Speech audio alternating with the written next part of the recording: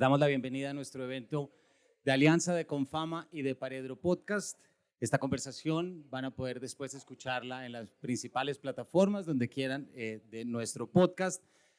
Y debo aceptarles que la de hoy es una conversación de la que yo tengo ganas hace mucho tiempo, porque la autora con la que vamos a estar hablando hoy yo creo que es la más clara representante de lo que es la literatura gótica. Literatura también se ha denominado paranormal, pero me gusta mucho la palabra gótica por muchos temas que vamos a estar hablando hoy. Y sobre todo estaremos hablando hoy de la cuarta entrega de una serie de novelas que uno se pone a ver y cada una tiene 4 o 5 reimpresiones. Sí, Que es varias. Carmina Nocturna. Vamos a estar hablando de La familia maldita con Carolina Andújar. Carolina, bienvenida. Muchas gracias, Camilo. Qué gran placer estar aquí con ustedes en esta fiesta tan linda, fiesta literaria. Y qué rico poder hablar de literatura gótica de día. Sí, sí. Claro que contar historias de miedo es lo que de noche es lo que nos ha luego con el tiempo convertido en lectores de literatura gótica, ¿cierto? Claro que sí. Siempre hay como un deseo cuando uno lee un cuento o una novela de literatura gótica, incluyendo las tuyas, en que uno lo que más espera es que le pase a uno eso, ¿cierto? Sí, definitivamente. No, y mucha gente sí prefiere leer de noche cuando es literatura gótica, hacerlo de noche en un clima frío, con lluvia, pero a veces no tenemos ese lujo en Colombia, ¿verdad? Ni leerla ni escribirla. A mí me ha tocado escribirlas con mucho calor, oyendo merengue de lejos, de los vecinos, el señor de la mazamorra pasando, los perros ladrando.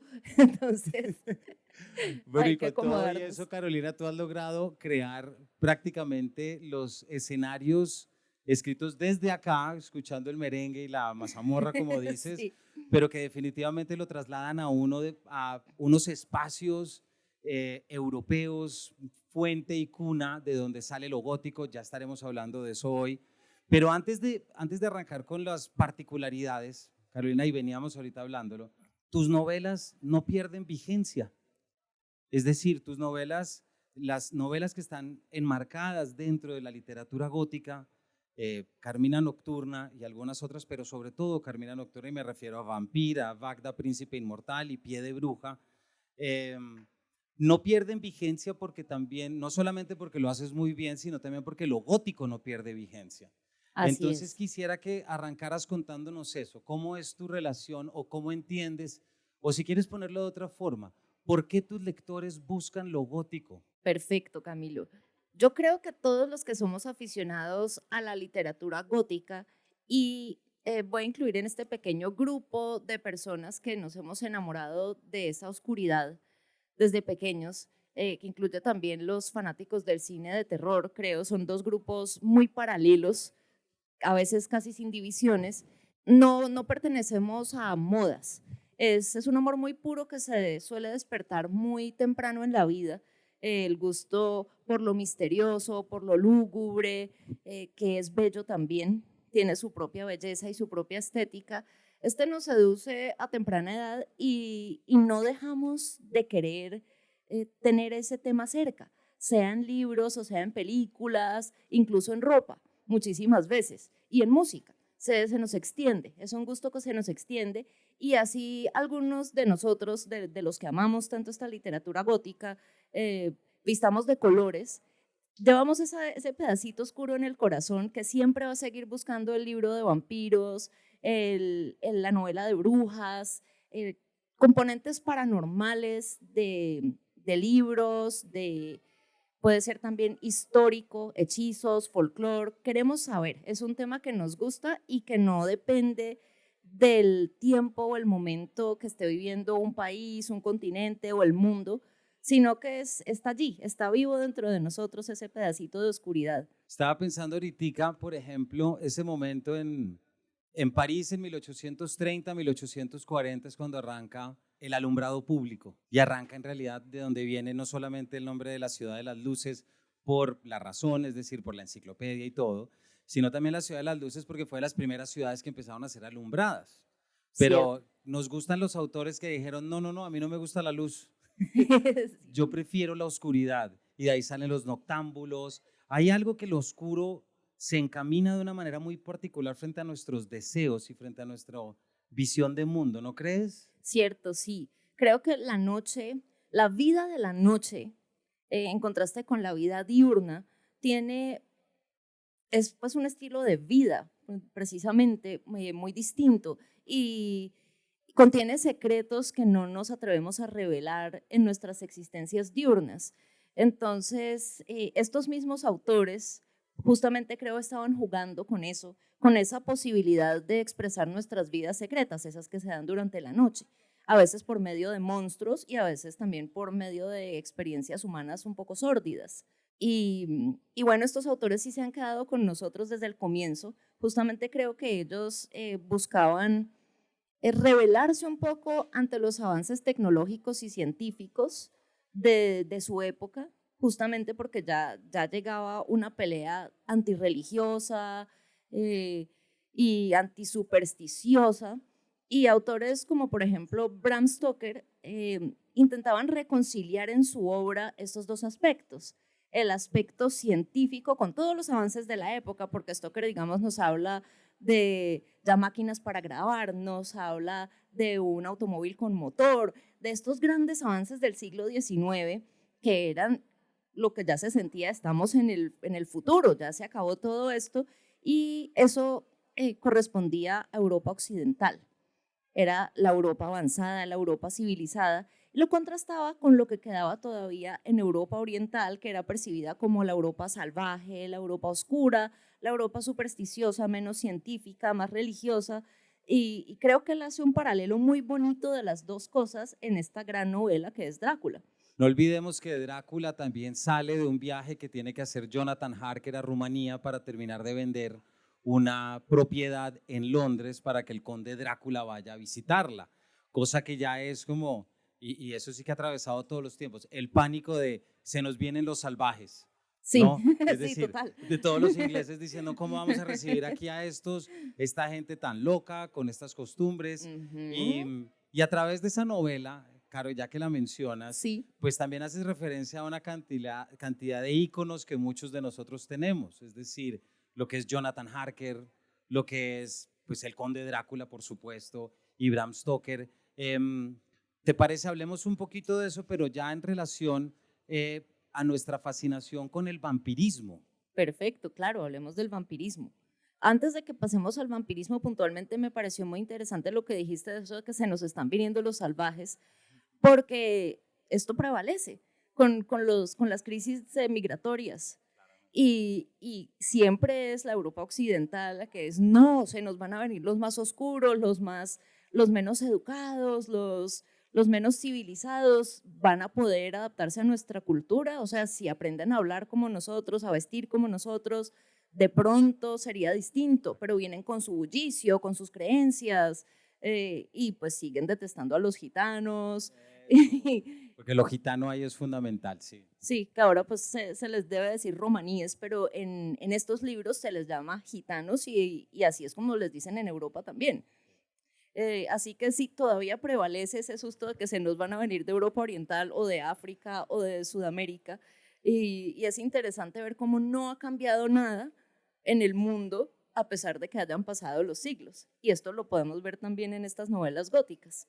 En la novela exactamente, porque luego hay elementos de la novela sobre las que vamos a hablar que ya están aquí en esto. Fíjate, mientras te veía, decía, claro, entre los rumaníes, tal como nos corriges, pero también pasa mucho en las grandes ciudades que se nos vienen los del Pacífico, se nos vienen los de los llanos, con Sí, sus exacto. creencias y con sus cosas que quién sabe qué va a pasar acá. Caro, yo sé que tú has hablado ya en otras ocasiones sobre la fascinación que te generó el Conde Drácula y Bram Stoker, ¿cierto? Sí. Pero me gustaría que nos contaras un poquito cómo fue esa Carolina lectora que de repente se encuentra con Drácula y empiezas a encontrar un mundo detrás que te empieza a llamar la atención. Genial. Pues la novela me impactó muchísimo porque estaba muy pequeña cuando la leí por primera vez y era el primer libro propiamente de terror que leía, no solo de terror, sino de vampiros. O sea, empecé con el gran clásico, sin saberlo, porque la biblioteca de mis padres estaba abierta a mi disposición y podía tomar cualquier libro que quisiera y leerlo. Y me enamoró por completo desde el comienzo. Creo, por dos factores. Uno, el monstruo, el vampiro, el miedo verdadero que hubiera una criatura capaz de alimentarse de nosotros y sobrenatural. Esto de que hubiera una criatura tan semejante a nosotros, pero con poderes demoníacos, me aterraba y fascinaba al mismo tiempo. Y la atmósfera. Justamente esta atmósfera que es la que yo he pretendido recrear en mis libros hoy en día, que es esta Europa oscura, donde todavía hay carruajes, donde hay bruma, donde hay antorchas, hay castillos, que es lo que constituye la atmósfera gótica. Nunca pude desprenderme de ese amor por esa estética preciosa, eh, antigua y a veces mezclada también con la estética del siglo XIX, porque es que si bien la gótica trae muchos elementos medievales, los escritores del siglo XIX también recreaban la atmósfera de su época, que son estos edificios preciosos europeos, pues que quienes hemos ido o queremos ir a Europa a conocer, es justamente lo que queremos ver, esa belleza. Entonces esa amalgama de lo oscuro, más salvaje, más medieval, con este refinamiento estético del siglo XIX juntos se me quedó para siempre. Y además, no podemos dejar por fuera lo que es la versión de Coppola de Drácula, No la podemos ¿cierto? dejar por Es fuera, no. decir, Qué magistral. para mí Drácula es y será siempre Gary Oldman. Creo que para muchos de nosotros es el mejor Drácula que nos ha regalado Hollywood y que este director sí quiso respetar por lo menos la estética y si recreó y se tomó libertades artísticas, lo hizo con un amor, porque qué película tan hermosa. Él de hecho le cambió el final a la historia y a mi gusto hasta la arregló. Es uno de esos casos en que yo creo que en cuanto a trama la película es mejor que el libro, siendo el libro espectacular y quizás mi mayor referente literario. Creo que la trama que se ingenió Francis Ford Coppola como trama es mejor. Y además tiene ese inicio, ¿no? El inicio que arranca. Ahorita vamos a detenernos en estos elementos, pero el inicio es también la pérdida amorosa, ¿cierto? Es la traición por la pérdida y un poco la renuncia a Dios, como todo esto que yo hago por ti y así es como me devuelves, Sí, que ahí también empieza con algo muy potente que es el sino trágico de los sí, personajes góticos. sí. Elemento importantísimo de lo que son las novelas góticas. Esto, la tragedia y la maldición. Para que una novela sea considerada gótica, debe tener ese componente trágico. Debe haber, debe haber una gran tragedia, una gran maldición, personajes, aunque sea uno, que esté profundamente atormentado. Y ese tormento, bueno, lo vamos a ver más adelante, es ese componente psicológico que ya no es solamente el monstruo que está allá afuera y que me está acechando, sino que el monstruo también está en mí. Exacto. ¿Cierto? Y el monstruo sale de mí y también yo puedo ser una amenaza. Caro, yo te quería preguntar, así como hablamos de la longevidad del género, también frente al vampirismo hay un fenómeno que tú en alguna entrevista yo te leí que decías, y es que cuando sale, por ejemplo, Vampir y luego la secuencia coincide con Crepúsculo, Sí, ¿cierto? Que es sí. otra actualización, si se quiere, del género. ¿Cómo lo viste tú o cómo lo entiendes tú estas películas y sobre todo estas novelas? Bueno, cuando yo vi Crepúsculo en la librería, acababa prácticamente de escribir Vampiro. Había estado súper aislada, fui a Cali y me encontré con esta gran cubierta, porque lo hicieron muy bien, muy llamativa, muy explícitamente gótica, y leí la contracubierta y dije, un libro de vampiros nuevo, qué emoción, como casi siempre toda mi vida. Entonces lo compré de inmediato, me fui muy entusiasmada a leerlo y me encontré con que era una novela como juvenil, muy tipo high school americano. Esa es la trama del colegio del chico popular con la chica de familia disfuncional, pero ya convertida en vampiros. Entonces me decepcionó mucho porque yo esperaba algo más adulto primero que todo, no propiamente adulto, sino no de adolescente de colegio norteamericano. Tenía demasiados elementos norteamericanos, béisbol, los vampiros jugaban béisbol con ramas de árboles, los carros lujosos. Para mí todo eso no era compatible con mi amor gótico por la literatura gótica, entonces sí me aburrí con la historia romántica, no tenía ese componente trágico como lo entiendo yo, era más bien un romance pueril y, Y bueno, me aburrí un poquito, pero cuando publicaron Vampir, Crepúsculo ya era un hit impresionante. Y a mí me favoreció como escritora que Crepúsculo existiera porque por ese motivo le dieron la oportunidad a mi libro en Colombia. Si no, a mí nunca me habrían publicado. Porque se decía en América Latina primero casi no se leen libros góticos o de vampiros y en segundo lugar acá no se publican. No pierdas tu tiempo. O sea, al comienzo me decían muchas veces, de pronto envía tu manuscrito a Argentina o a España o hazlo traducir al inglés y lo mandas a Estados Unidos o a Inglaterra, pero en Colombia por favor no pierdas tu tiempo. Pues Crepúsculo fue un hit tal, incluso acá, que dijeron, pues démosle la oportunidad a una autora nuestra que está escribiendo de vampiros también y le hacemos un mercadeo como si fuera para adolescentes, para enganchar este mismo público de Crepúsculo, que nunca ha sido mi intención escritora, nunca ha sido voy a escribir para jóvenes, sino para un público universal como son todas estas novelas góticas que amamos tanto. Ellas no están restringidas a una edad, pero entonces tuve la suerte de conocer legiones de jóvenes muy apasionados por la literatura gótica.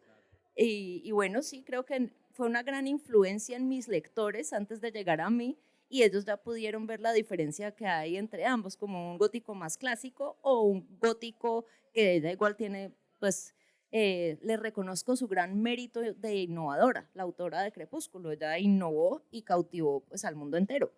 Pero tienes razón, es ese camino que toman los lectores que conocen el vampirismo a través de Crepúsculo, lo entienden, digamos, desde esta componentes de la cultura gringa y del béisbol y todo, para luego entender que el género en verdad es mucho más oscuro que eso, mucho más Sí. que no pasa nada con que los vampiros sean cool, porque ya Gary Oldman nos lo había Sí, él mostrado. es súper cool. Y los de Es un, Anne Rice también son muy y cool. bueno, Sí. y Anne Rice también, bueno, los papeles de Tom Cruise y Brad Pitt, exacto, Además, de las películas, pero también es volver, es la posibilidad, y mucha gente no entiende esto como las distintas funciones que pueden tener muchas novelas también funcionan como escalones para llegar a otras por novelas supuesto. y esas a su vez para llegar a esos textos iniciales o estos textos iniciáticos, Claro, ¿cierto? por supuesto. No, y si a alguien le gusta y lo está disfrutando, cumplió una función espectacular. Hizo que una cantidad de chicos se enamoraran de la lectura y después empezaron a leer muchos otros libros, entre ellos Drácula, Carmila, los grandes clásicos de vampiros. Y entre eso de volver a los clásicos hay otro título, claro que no podemos, y yo creo que aquí ya podemos empezar a visitar los componentes de lo gótico, porque yo estoy seguro que muchos de pronto aquí quieren escribir gótico y muchos de los que nos van a escuchar quieren Muy escribir probablemente, gótico sí. y además el gótico que tú llevas, no el gótico, digamos, de Crepúsculo, si O se una quiere poner. amalgama. O una Porque amalgama, sí, sí, exacto, que sí, sí, cada uno. Y quisiera arrancar con un libro sobre el que tú también has hablado antes, pero es un referente imposible de dejar pasar, que es El Castillo de Otranto, de Horace Walpole, ¿cierto? sí. En el que ya ahí empezamos a entender cómo cuando lo leemos ahora hay una referencia muy clara a lo antiguo, a lo medieval, y algo que en tu última novela, La familia maldita, también tiene, y es que es el texto como reliquia, el Ujú, texto como lo que nos va a dar como señales del pasado, sí. la oscuridad del pasado, que es lo que le pasa precisamente a la protagonista cuando se mete al archivo. Perfecto, súper. Hablemos un poco de la historia de por qué les decimos góticos a estos libros de vampiros. Resulta, amigos, que en el siglo XVIII a este escritor, Horacio Walpole, se le ocurrió escribir un libro llamado El Castillo de Otranto y en el subtítulo le puso una historia gótica o una novela gótica, no recuerdo exactamente, pero puso la palabra gótica. Esa fue la primera vez que se llamó un libro de este tipo gótico. Y él usaba la palabra gótica para significar que tenía elementos como poco civilizados, es decir, del medioevo, porque para su época ya el medioevo se consideraba muy poco civilizado y iba a retomar todos estos componentes de oscuridad, misterio, tragedia. Era un poco una intención cómica por parte del autor, llamar a su libro como una historia bárbara, y resulta que al comienzo él hizo pasar ese manuscrito como si fuera un manuscrito antiguo que se había encontrado un traductor en un lugar remoto de Inglaterra, de una familia muy prominente y católica y que originalmente había sido escrito en italiano. Y la gente se creyó este cuento. Entonces muchas personas de verdad creían que esta historia que estaba contando Walpole era real, y luego cuando se descubrió que de verdad pues él simplemente se lo había inventado todo y que no había tal historia, mucha gente se enojó muchísimo, pero ya quedó catalogada como tal la literatura gótica. Ya se le aplicaba y se le aplicó al Drácula de Stoker o a Carmilla o, o al vampirismo de Hoffman y a muchas otras obras como La Dama Pálida de Dumas. Bueno, obras muy bonitas góticas ya tenían esos componentes que ya había reunido Walpole en su obra, y por eso nos referimos a estos libros que tienen esos componentes medievales y oscuros, muchas veces sobrenaturales, como góticos. Luego el sentido se amplió más y se entiende como novela de brujas, puede que ocurra algo sobrenatural, vampiros, hombres lobos, noche, misterio, no necesariamente castillos medievales, pero para mí sí debe tener esos elementos. Para mí sí. Y ya que estás hablando del castillo, esto te lo iba a preguntar más adelante, pero ya que entramos, si hay una caracterización increíble de tu última novela, es ese castillo al que llega Lucina, ¿cierto? Es ese lugar, y que hay muchos guiños de ese otro castillo, que es el castillo del Conde Drácula, que es, imagínense, si ya hablábamos, pues es Jonathan Harker llegando a este castillo y encontrándose de inmediato esa previsión del conde que le dice, mucho cuidado, si le da por salir a caminar a este castillo, yo de usted no lo haría, pero si lo hace, solamente camine esta ala. Lo que nos mete en esos entornos góticos. ¿Por qué no nos cuentas un poquito de eso? Y también si nos quieres contar un poquito de la novela. Perfecto, sí. Por supuesto que está la influencia de Stoker, y yo creo que en todos mis libros lo estará. En este caso puntual, mira que no estaba intencionalmente tratando de hacer referencia a este pedazo del castillo, sí un poco al viaje en el que tú te abstraes de tu realidad y tu comodidad y te vas a ir a un lugar donde no conoces a nadie. Es posible que te quedes encerrado mucho tiempo, que son parte de las condiciones del empleo de Lucina. Allí sí, el castillo en sí, lo de no puedes ir a ciertas áreas del castillo, estaba aludiendo más al cuento de Barba Azul, que no sé si ustedes lo conocen, pero en el cuento de Barba Azul, a la protagonista, el esposo, le prohíbe específicamente ir a una habitación del castillo porque tiene un secreto espantoso, terrible, y no quiere que ella se entere de esto. Y eso era lo que yo quería que ocurriera con Lucina, porque la protagonista de La Familia Maldita, porque aquí hay una historia de amor atormentado muy especial, pues que no les quiero hacer spoilers, pero hay unos secretos muy trágicos y Lucina desobedece. Como esperamos que desobedezca todo protagonista que se le dice, por favor, cualquier cosa, todo bien, pero por allí no, obviamente va a ir para allá. Entonces, esto ocurre con ella también, y claro, tiene unas sorpresas espantosas, como debe ser en una novela gótica.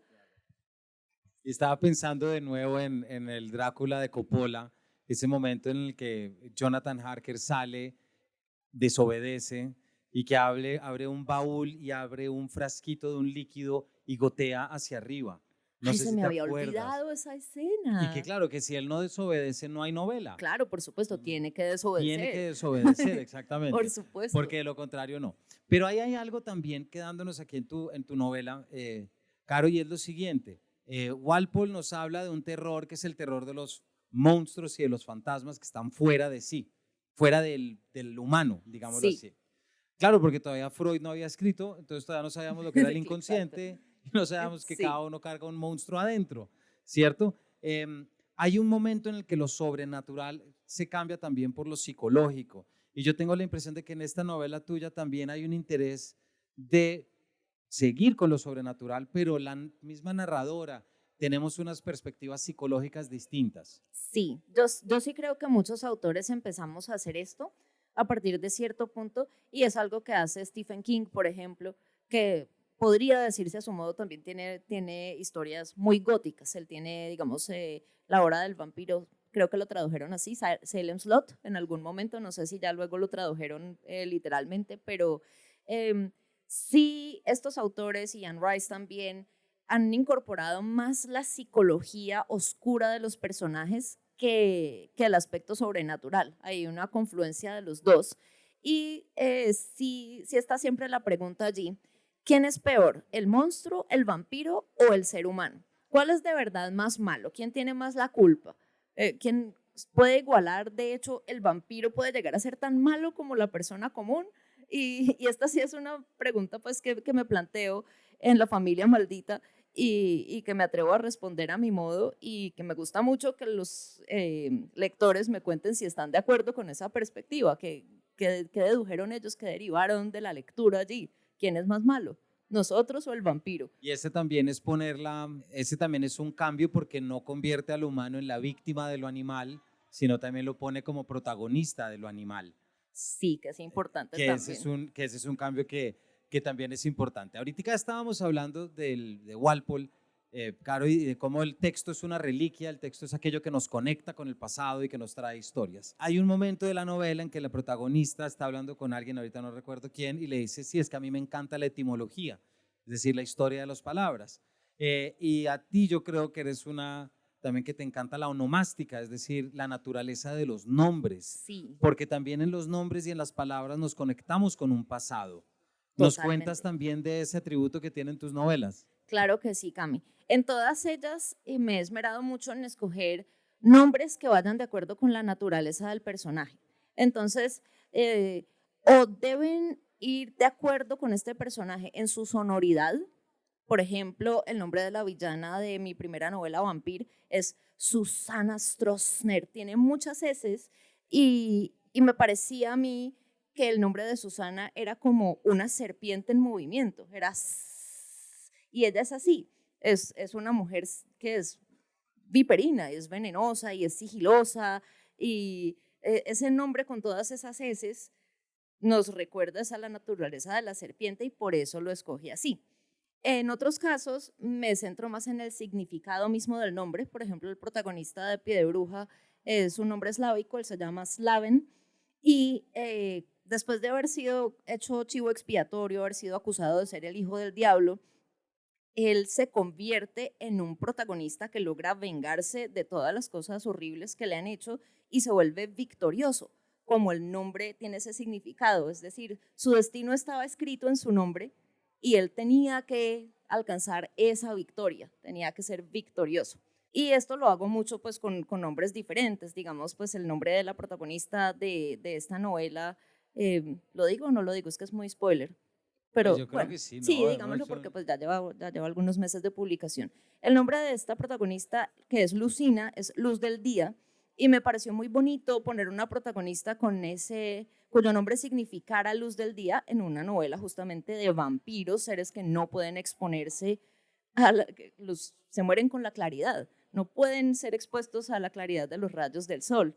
Y es solo uno de los muchos ejemplos. y también hay una mención en la novela a la etimología de Lucifer, de Luzbel, ¿cierto? Que Sí, también es muy bella que es muy bella, sí, creo que aproveché el texto para explicar cómo el nombre, lo que conocemos hoy en día como el nombre del diablo, que es Lucifer, en verdad era el nombre de Venus, que era estrella de la mañana, era, pues, y era el que traía la luz o la que traía la luz porque no estaba separado, pero hubo un error en una traducción bíblica, en cierto punto, que no se estaba hablando del diablo, se estaba hablando de la caída del monarca de Babilonia, si no estoy mal, y se lo equiparaba con Venus.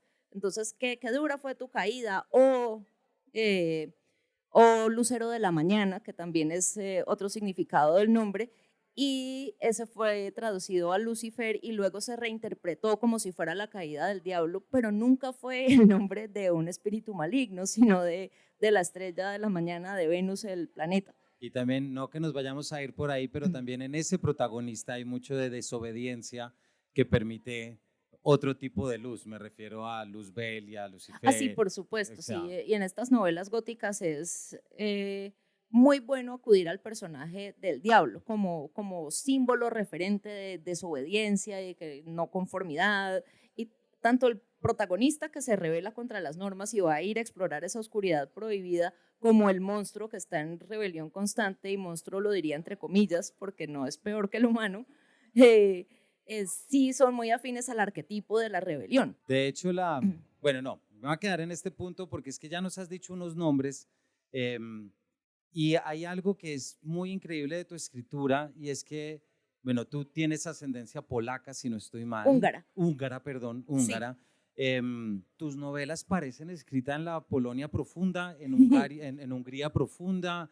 Es decir, ahí sí tienes una capacidad de verosimilitud narrativa impresionante. Gracias, para Camilo. traer, en verdad, porque uno puede, mejor dicho, tienes todos los componentes, tienes todos los elementos.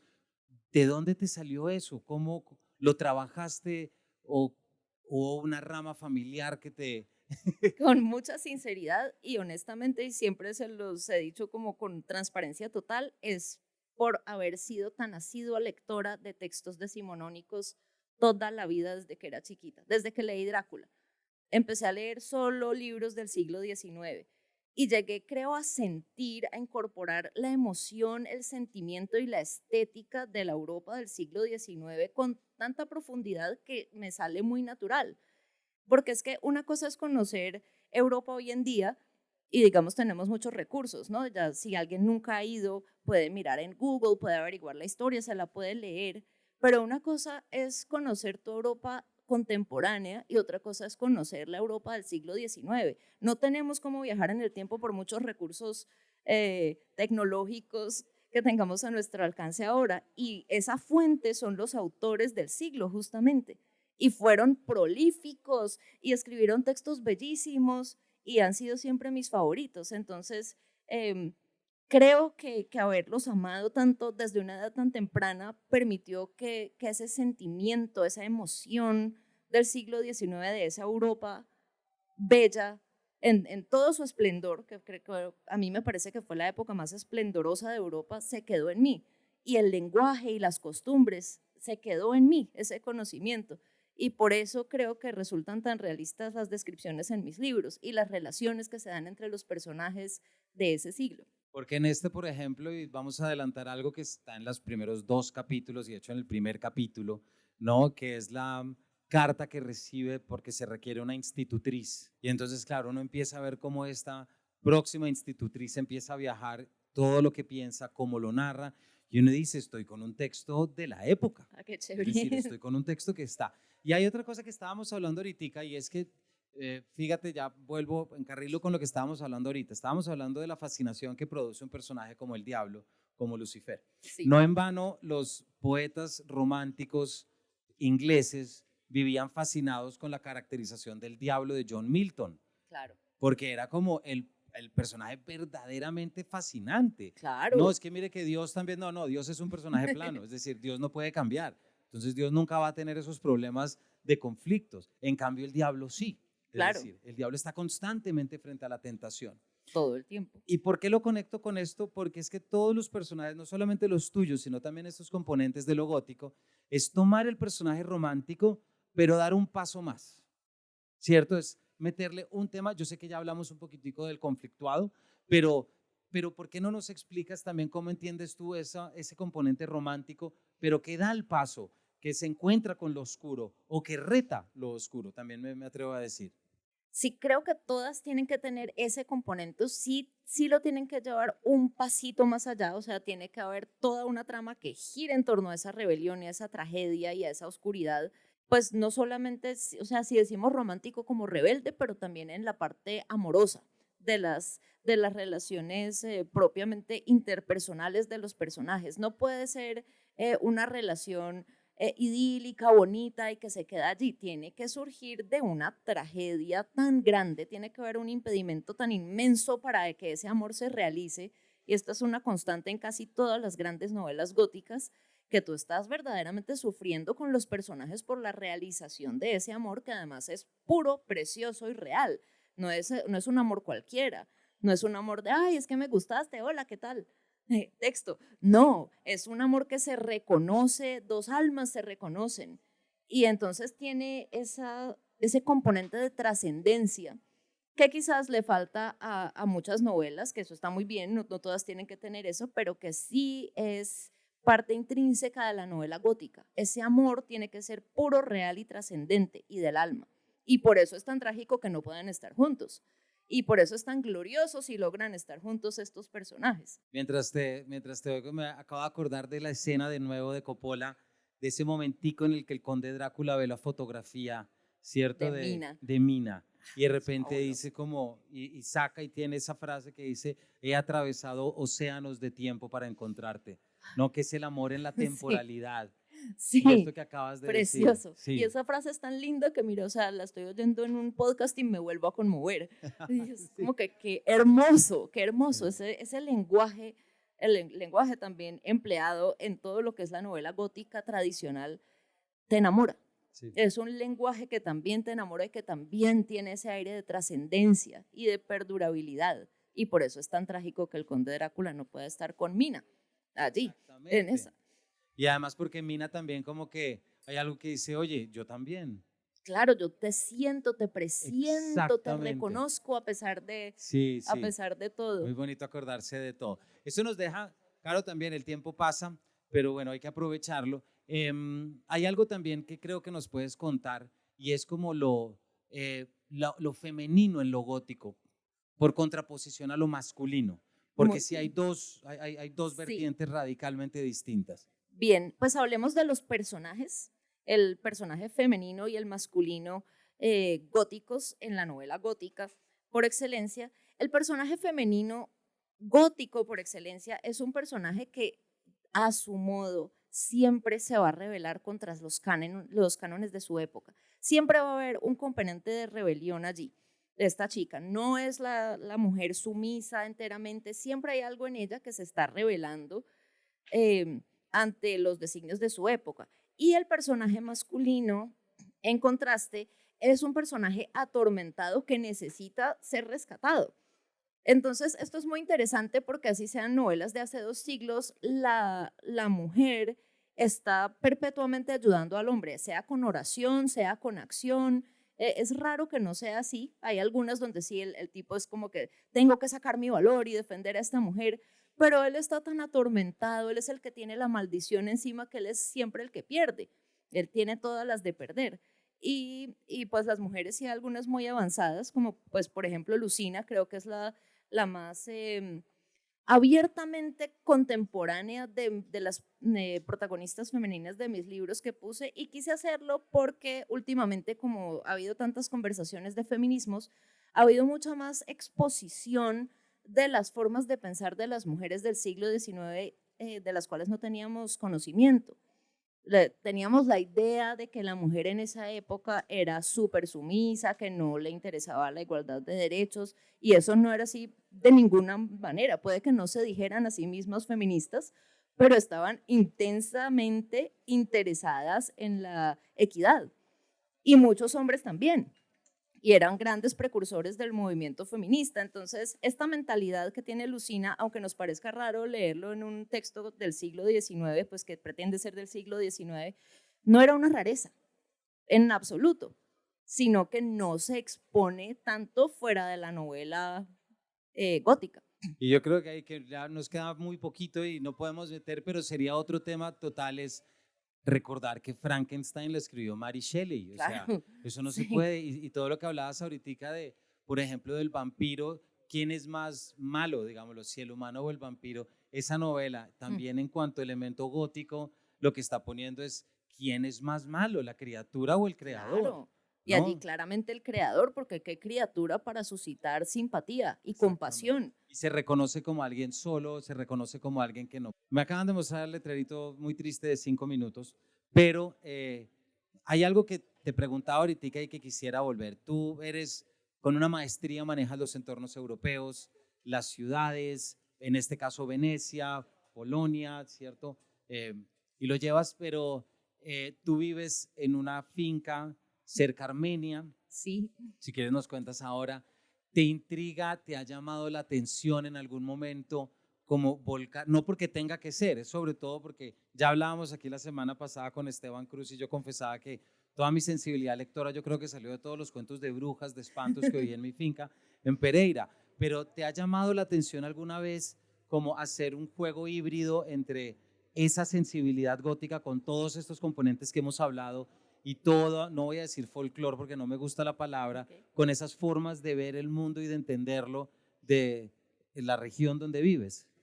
Lo he pensado y he pensado cómo podría lograrlo de una forma bella, tan bella como creo haberlo logrado con estos libros, y todavía no he llegado a una conclusión, como que sí podría hacerlo contemporáneo y bello. De pronto si la hiciera siglo XIX en Latinoamérica, sí, pero creo que el mayor impedimento allí, en mi concepción de lo que es lo gótico, es nuestra época, porque las relaciones interpersonales entre nosotros han perdido mucha delicadeza, mucha sutileza, mucho misterio, mucho amor a priori, porque es que si tú lees los libros del siglo XVIII, XIX, se miraron y se amaron, y nadie ponía en duda que ese amor fuera real. Hoy en día es, pero ¿qué tal lo conoces? ¿Has hablado con él? ¿Conociste a los papás? ¿Te han salido? ¿Qué te dijo? Bueno, las relaciones de hoy en día están llenas de peros y de análisis y de psicoanálisis y de Twitter análisis y de videoanálisis,